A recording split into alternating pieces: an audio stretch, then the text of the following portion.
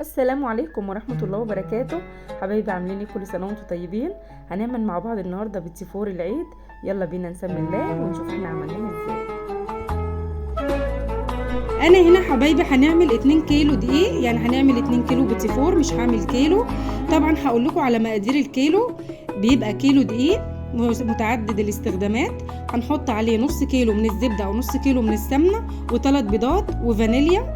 وطبعا انا هنا عندي هستخدم، عشان هعمل 2 كيلو دقيق هستخدم كيلو زبده ونص كيلو من السكر البودره، وعندي طبعا 6 بيضات هننزل بيهم واحده واحده وهقول لكم احنا هنعمل ايه. اول حاجه عندي هنا الزبده بتاعتي تكون بره التلاجة، هنضيف عليها نص كيلو من السكر البودره وهنضربهم كويس جدا لحد ما يبقى القوام بتاعهم كريمي، وهوريكم شكله بيبقى عامل ازاي.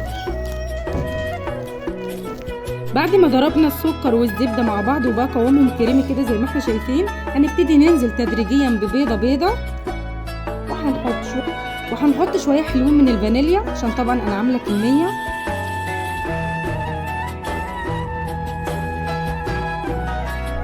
بعد ما ضربنا ال6 بيضات ونزلنا بيهم واحده واحده على السكر والزبده، هبتدي بقى انزل بالدقيق بتاعي، طبعا لازم يكون منخول لحد ما نلاقي قوام العجينه بتاعتي مش بتلزق في ايدي. بسم الله الرحمن الرحيم.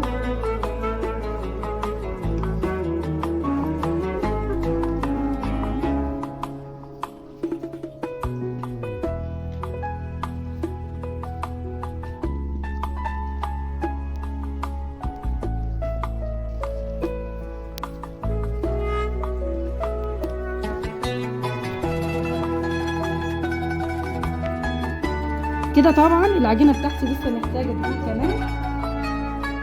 طبعا انت اللي هتقدري تتحكمي في ان العجينه عايزه دقيق تاني ولا لا. طبعا انا عامله كميه، انا عامله 2 كيلو من الدقيق.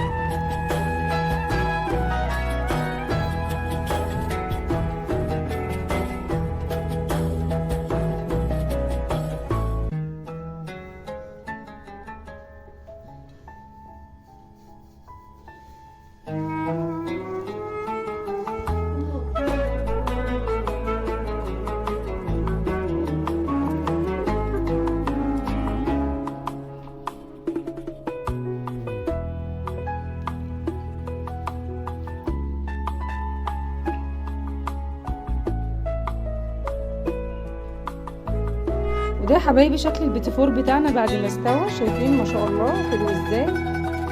طبعا انا عندي هنا بقى الشوكولاته دي للتزيين، وعندي شوكولاته هسيحها على البخار، وعندي وايت شوكليت هنعمله مع بعض دلوقتي.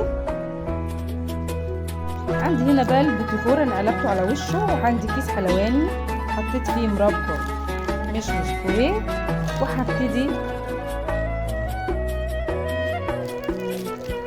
ألزق البيتي فور بتاعي عشان يبقى سهل معايا كده بالشكل ده. وعندي هنا شوكولاته ممكن نخليها بس كده بالشكل ده، وممكن نحط عليها شوكولاته كمان، ونبتدي نرص كده بالراحه.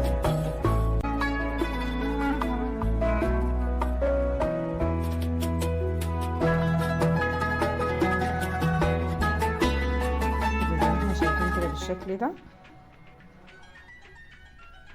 زينيه بالطريقه اللي تعجبك.